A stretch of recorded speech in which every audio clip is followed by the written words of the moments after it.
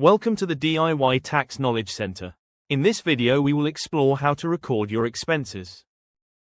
Click on the link under the expense totals to update your expense transactions. This will take you to the expense record keeping screen. For convenience, we have color-coded expense records as yellow. Income records are color-coded green. We have also added a date filter to help customers view the income and expenses records entered for each given quarter. To add a new expense record, just click on the Add button at the top of the screen. This will take you to the Add Expense screen. You must first select a valid expense category. The expense categories displayed will vary depending on whether you are entering expenses for a self-employment business or a UK property or foreign property business. Once you select the expense category, enter the date and the amount of the transaction.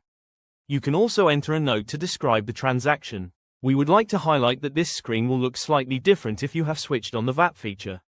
If switched on, the VAT fields will appear to enable you to record this information. You may record expenses, and at a later date realize that they are not allowable by HMRC.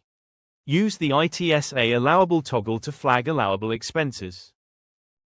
If you have expenses that occur on a regular basis, you can use the powerful recurring feature to quickly create multiple entries. Just select the frequency, and select the To Date. Most customers will enter the recurring expenses for the tax year. In this example, the app will create a monthly record from the date at the top of the screen to the To Date at the bottom of the screen. Customers can also use the Attach Receipt button to attach an expense receipt to this entry.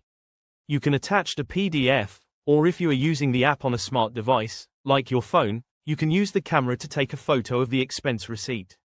This is powerful and very convenient. No more faded or lost paper receipts.